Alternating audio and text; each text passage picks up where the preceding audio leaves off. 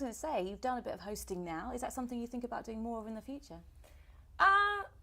I like to stick to the music. Of course, I like to do things like that because, it does show people, I guess, my personality, which is, I like to have a laugh, of course. And I think I'd like to do different entities of being a creative person because I like to create things, I like to draw, I like to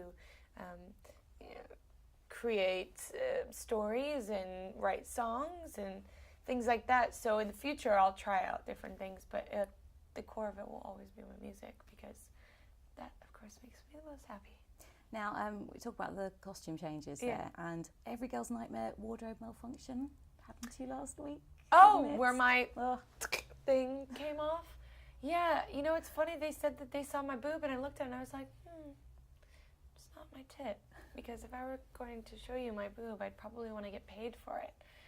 I do have a lot going on here, and sometimes the cleavage becomes a lot, but it never even actually fell out. It was just one of those things where people are probably dying to see it, and I'm not going to give it to them. So it was nothing, not of Janet Jackson proportions at all. It was a minor wardrobe malfunction. So it was just my little halter thing, came off, and they made a big thing about it. They like to make big things about it, and I'm like, there's no nipples, so you didn't get the full prize. Come on.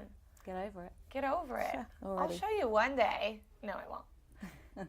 I won't, honestly. Now, back to the music. Yes. You've announced you're going to be going on a world tour. That starts next year. Yeah. Excited about that? Yeah, totally excited because I've been able to do these kind of smaller, more intimate kind of shows here in Europe and in London and all across the United States, but they've been somewhat showcases, and I've never really been able to. It was kind of a fly by the seat of your pants situation, and I definitely want to showcase my personality more and have different things that are more my style and my show, obviously, and make it more theatrical, and I'll get to do that next year because it'll be a proper tour.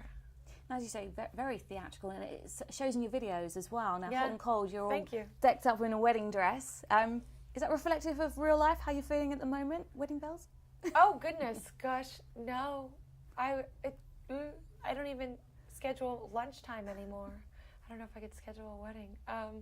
No, hot and cold was kind of, that situation was perfect to explain the song because, I think we have all been involved, with someone we know that is a bridezilla, if I could say.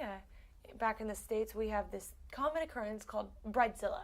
Basically, when a woman's about to get married, she freaks out the day before, and she gets maybe controlling and possessive, and, all of a sudden the groom is like, oh my God, I'm seeing your true colors. I don't know if I want to get into this situation with you for the rest of my life. So I'm going to scram, and you can have your big party, and I'm scared of you. Basically, that was kind of like the interpretation of the music video, and I thought it was pretty hilarious, because a lot of times you hear girls kind of running from the altar, not guys, and I thought it was funny. No, it's a